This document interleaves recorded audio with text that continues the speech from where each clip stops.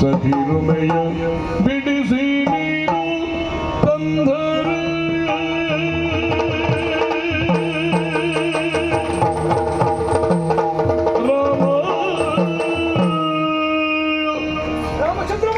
ಹೆಚ್ಚಾಗಿ ಮಂಗೆಗಳು ನೆಲದಲ್ಲಿರುವುದೇ ಕಡಿಮೆ.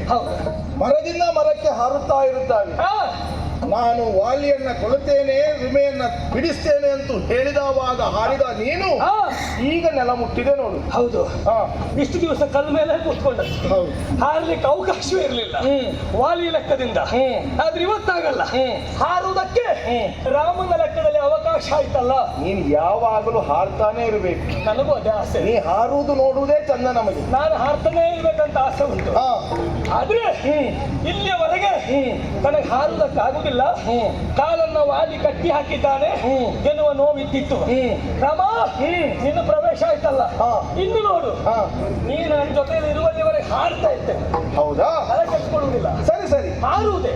ಒಬ್ಬ ಹಾರುವವ ಮತ್ತೊಬ್ಬ ಕಾಲನ್ನು ಊರಿ ನಡೆಯುವವ, ಹೌದೌದು. ಇಬ್ಬರು ಒಂದಾಯ್ತು ಅಂತಾದ್ರೆ ಖಂಡಿತವಾಗಿ ವಾಲಿಗೆ ಏನಾದ್ರೂ ಗತಿ ಕಾಣಿಸ್ ಸಾಧ್ಯ ಆಗುತ್ತದೆ. ಅಮ್ಮ ಅಮ್ಮ ಅಯ್ಯೋಯ್ಯೋ. ಬಹುಶಃ ಹೀಗೆ ಬಾಯಿ ಬಿಟ್ಟು ಮಾತಾಡದೆ ಕೆಲವು ವರ್ಷಗಳೇ ಕಳೆದಿರಬಹುದು. ಬಾಯಿ ಬಿಟ್ಟು ಮಾತನಾಡಿದ್ರೆ ಎಲ್ಲಿ ವಾಲಿಗೆ ಕೇಳ್ತದೆ ಅಂತ ಭಯ. ಹಾಗಾಗಿ ಮಾತನಾಡುದು ಕೆದರ್ತಾ ಇದ್ದವರು. ಆದ್ರೆ ಇವತ್ತು ಧೈರ್ಯ ಬಂತು. ಅಮ್ಮಮ್ಮ ವಾಲಿಯ ರಾಮ ಕೊಂದರೆ, ನೀ ವಾಲಿಯನ್ನ ಕೊಂದರೆ ಸತಿ ರುಮಯ ಬಿಡಿಸಿ ತಂದರೆ ನನಗೆ ವಾಲಿಯನ್ನ ಕೊಲ್ಲುವ ಅನಿವಾರ್ಯತೆ ಉಂಟು ಈಗ. ಯಾಕೆ? ಕಬಂದನಂತವನು ಶಬರಿ ಅಂತವಳು ಮೊದಲೇ ಹೇಳಿದ್ದಾರೆ ಆ ವಾಲಿಯ ಕುರಿತಾಗಿ.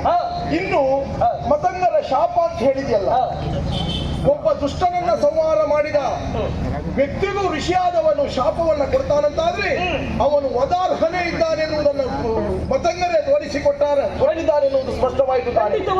ಒಬ್ಬ ಸೂರ್ಯ ವಂಶಜನಾಗಿ ನಾ ಆ ಕೆಲಸವನ್ನ ಮಾಡಬೇಕಾಬೇಡುವ ಹೇಳಿ.